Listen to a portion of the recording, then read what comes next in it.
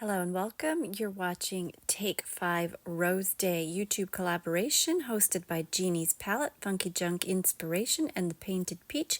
Thank you, ladies, for allowing me to be a part of your YouTube collaboration. Right here, I have kind of skipped a little bit into the future. I actually took some foam clay and rolled a ball into my hand and then made a little snake out of it.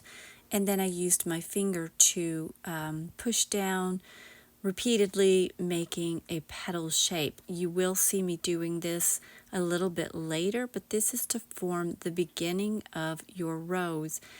Everywhere that's thicker, that was around the edges of your finger as you pushed, that's the area that's going to touch the rose as you push it around. You kind of pinch the bottom a little, allow that part to grab hold of the clay, pushing the petal slightly open. Remember, this is the center, and to be honest, the one that's being done right here is just a little tiny bit too open. I should have kept it a little bit more closed, but it still turns out fine. You don't have to stress over these. They always turn out beautiful. Now I'm making the outer petals. So you're just going to take a small ball of clay and roll it up in your hand, and then you flatten it out into a rose petal shape. Keep it as thin as you can. It makes it look much nicer, more fragile and delicate, and more realistic. Then you're just going to lay the center part of the rose right down on top of that petal, pushing down at the bottom and allowing the top to stay open. And you're going to continue doing the same thing. Roll the ball out, push the petal shape into, whatever form you want your petal to look like. Again, not stressing too much. Don't look for perfection. Roses don't have perfect petals. They have little ups and downs and usually, curls and whatever else as they open up. So don't worry about those kinds of perfection details. When you set it down, you want to overlap about half of it on the petal that you have put down already. And you're just going to continue rolling the ball out, flattening it with your finger into the shape of a petal, and adding it, overlapping the petal before until your rose is as thick and as big as you want your rose to be. I'm going to repeat this a little bit, so I'm going to go ahead and speed this up slightly.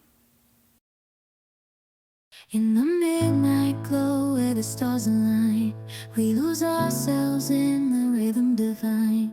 Underneath the sky painted with dreams, we're chasing the echoes of silent screams. Caught in the spell of the cosmic night, where fantasies bloom in the pale moonlight. We'll let go of all that we know and dance in the stardust's gentle flow. Dancing in the stardust, we're weightless and free in a world of wonders. Just you and me, lost in the moment. Our spirits ignite as we twirl in the magic of the cosmos. Okay, now I'm back to showing you how you roll a little ball in your hand and then you just roll the snake out. That's what I was missing at the beginning because I don't know if I just didn't turn the camera on or what happened, but that's all it is. Just roll out the little snake and then you take your finger or your thumb and you just press down to make that little petal shape that I spoke about earlier. And you just do that all the way down to the bottom.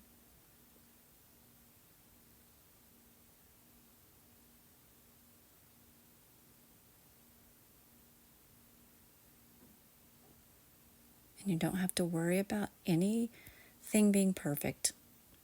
It's just fine the way it is. I had to lift mine up here because I've been making all these other roses earlier and my board was getting sticky. So you'll want to make sure it's not sticking before you start to roll it. And that's all you're going to do is roll it. Just begin it by just simply rolling straight up. And right here, I'm actually trying to make a little bit more like a rose bud. And so I kept it a little bit tighter and I brought it around, guiding those little thicker parts to be what touches and pushing the little petal out. Like I said, the little part that your finger imprinted, that's the petal. I also went back over that to make my petals smaller. So like took it backwards over the little fatter part and then bring it forward because I wanted the petals to be tighter and smaller since I'm trying to make a rosebud. And this is just a slightly opening rosebud. And when I finish with this one, I'm going to make a more closed, not really opened yet bud.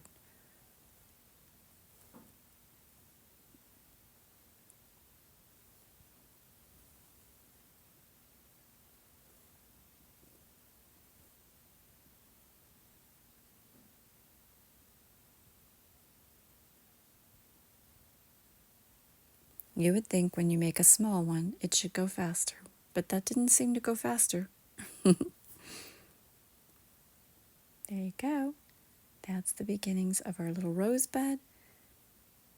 And we'll put that down and I will go on to the next one. And this is a much smaller, tighter, unopened rosebud that I'm making here.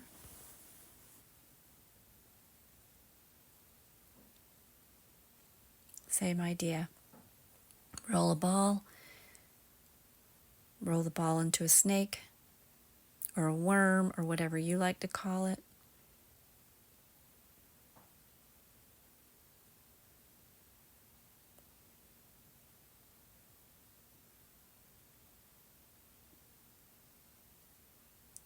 This one's so tiny I wasn't really getting much of an imprint on it, but that's fine because we're only trying to make a very tight closed rosebud.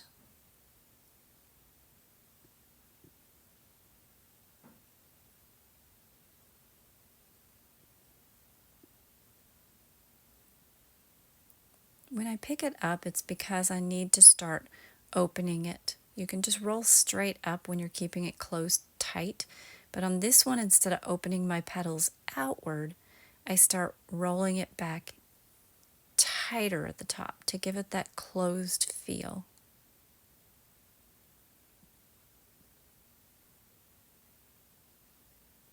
Not too concerned about those little petals showing, which is why I wasn't too concerned that it wasn't really getting the thumb or finger imprint, because we're not really showing the petals, we're showing the bud, which will be much cuter once you add the little green leaves and the little green vine parts to it.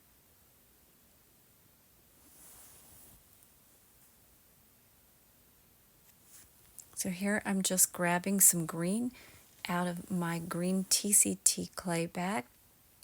This green has a darker green mixed in it already, and I'm just kind of mixing the two together. That was actually originally the exact same bright green. I added a little tiny bit of the dark pink color into it to deepen and lose the brightness. It was just a little bit too bright for my taste. It's always up to you, whatever shades you like. You just work with what you like. But you can always remember you can blend your colors together when you're playing with this clay. Again, I rolled a little ball out, flatten it with my finger, shape it into a leaf. And when you get to the top, just kind of pinch it a little bit to give it a curl, and then take the bottom and curl that in slightly, and you have a really sweet looking rose petal or rose leaf. Had to open that one back a little bit because I wanted to lay that down inside of it slightly.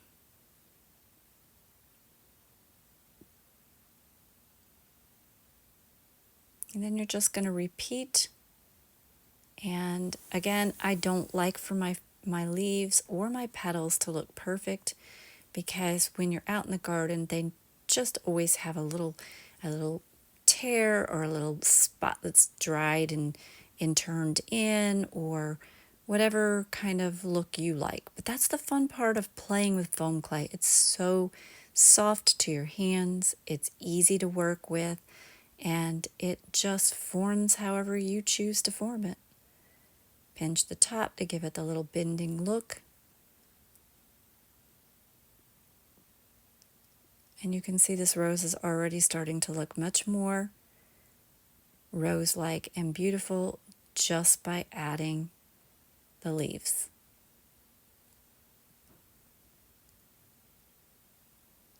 And you just repeat that process. I like to add a few really thin strips to it. I don't know flower terminology, but you know how they always have the little green tiny pieces that climb up the rose? I always like to add that onto the rose as well as the leaves. I don't know what that's called, sorry y'all. I probably should have looked it up before I did this, but I didn't. So I add that as well as the leaves when I'm making my roses. You'll see me do it at some point here.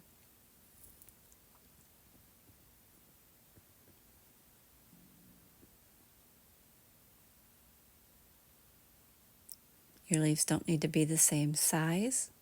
They don't need to be perfectly shaped. If you want it to look realistic, don't do perfection.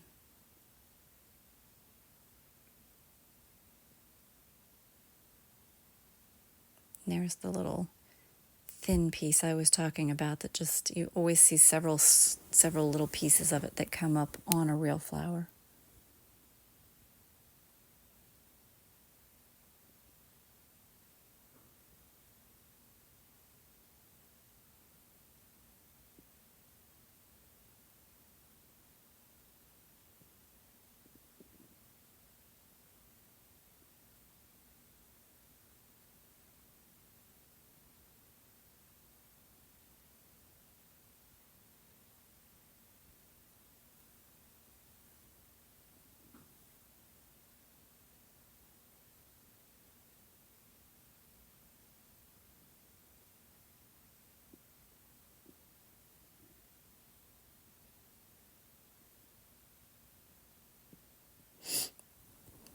Sorry about the silence. There's really not much I can say right now. I'm just repeating things, and then I'll show you the picture, and then I will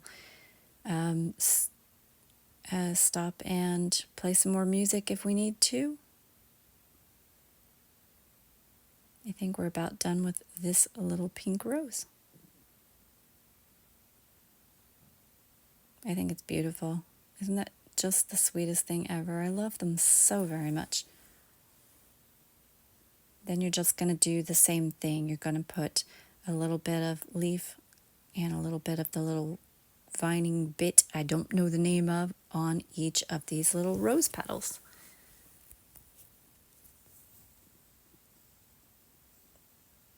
I'm going to go ahead and stop this here and speed it up, play a little music, and I'll show you how it looks when I'm done. In the midnight glow where the stars align, we lose ourselves in the rhythm divine. Underneath the sky painted with dreams, we're chasing the echoes of silent screams. Caught in the spell of the cosmic night. Okay, here I have a little brown bunny that I got from a thrift shop for like a dime. It just needed to be restained. It had faded, the eyes had faded off of it, so I just used a little stain and put some fresh brown into it, and I just need to update the eye a little bit, and that's just simply taking a little bit of black and white paint and touching up where the eyes are. And now I have one of those little wooden boxes that you can get at the Dollar Tree and some Mod Podge, and we're simply going to decoupage a beautiful rose napkin onto this wooden box.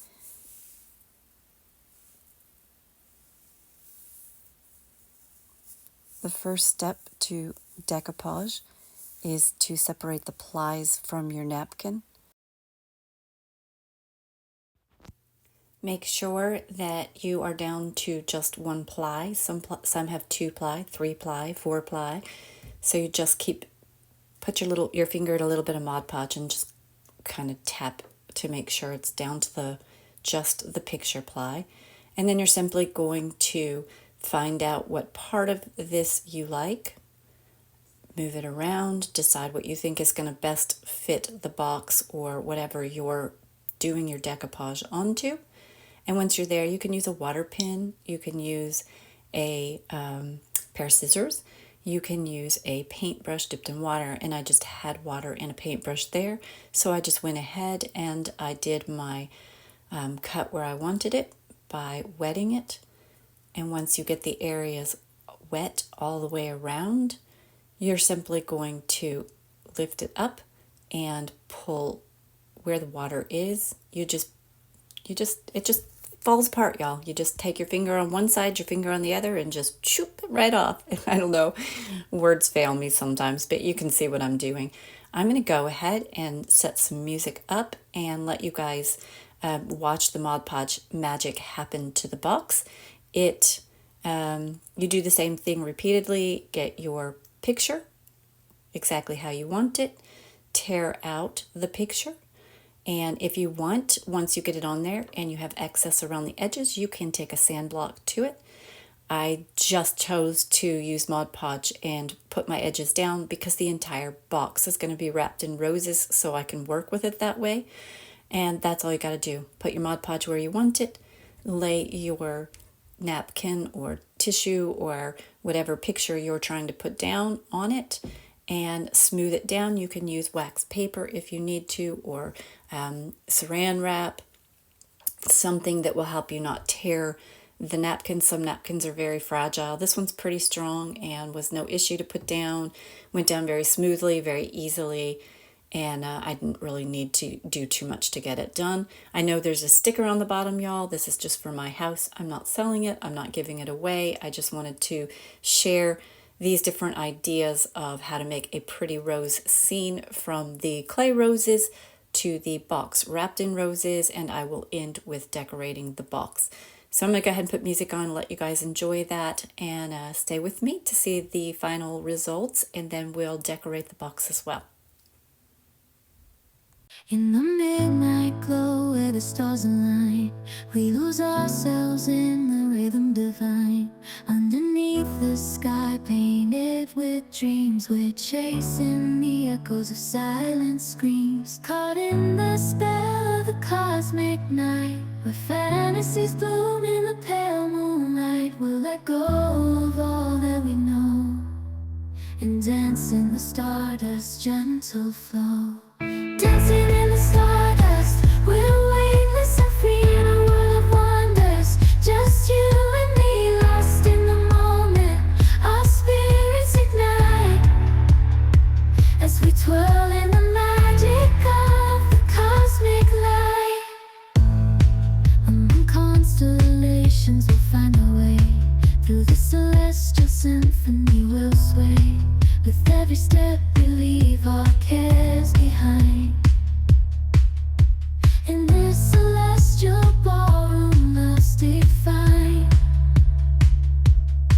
Caught in the spell of the cosmic night, the fantasies bloom in the pale moonlight. Dancing in the stardust, we're weightless and free in a world of wonders. Just you and me, lost in the moment. Our spirits ignite as we twirl in the magic of the cosmic light. The shimmering galaxies will find our way, guided by love's everlasting sway. With each celestial heartbeat we dance on in this cosmic light, as we twirl in the magic of the cosmic light. In the midnight glow where the stars align, we lose ourselves in the rhythm divine. Underneath the sky painted with dreams, we're chasing the echoes of silent screams. Caught in the spell of the cosmic night, where fantasies bloom in the pale moonlight. We'll let go of all that we know and dance in the stardust's gentle flow.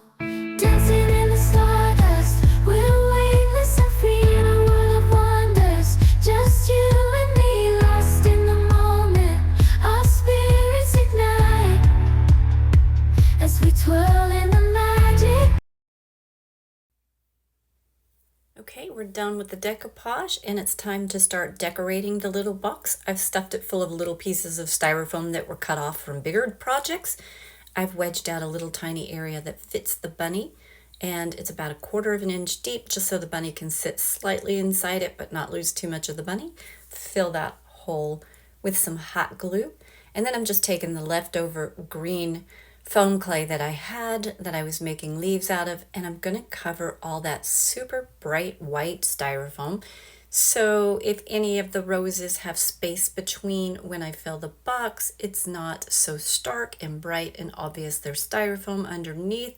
You could use moss if you wanted, but I figure if I'm working with foam clay, why not continue with the same medium that I'm working with? So I just covered it all up. It also is good because it will actually hold to the styrofoam.